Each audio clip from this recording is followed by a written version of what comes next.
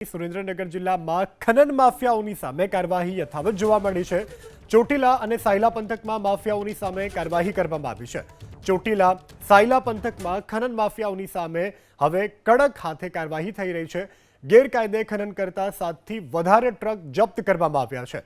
ખનીજનું વહન કરનાર ટ્રકની રેકી કરનાર ખાનગી કાર પણ જપ્ત કરાઈ છે। 1 કરોડ અને 4,000 રૂપિયાનો મુદ્દામાલ જપ્ત કરવામાં આવ્યો છે। તો સુરેન્દ્રનગરમાં ચાલતા બેફામ ખાણ ખનીજના જે ડમ્પરો છે તેને કબજે લઈ અને કાર્યવાહી કરવામાં આવી છે। આખરે હવે આ કાર્યવાહીને લઈ અને ખનન માફિયાઓમાં ફફડાટ જોવા મળી રહ્યો છે। ચોટીલા સાયલા પંથકમાં ખનન માફિયાઓની સામે હવે કડક હાથે કાર્યવાહી થઈ રહી છે।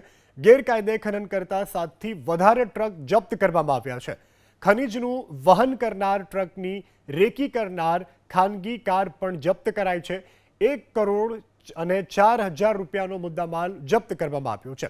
તો સુરેન્દ્રનગરમાં ચાલતા બેફામ ખાણ ખનીજના જે ડમ્પરો છે તેને કબજે લઈ અને કાર્યવાહી કરવામાં આવી છે। આખરે હવે આ કાર્યવાહીને લઈ અને ખનન માફિયાઓમાં ફફડાટ જોવા મળી રહ્યો છે।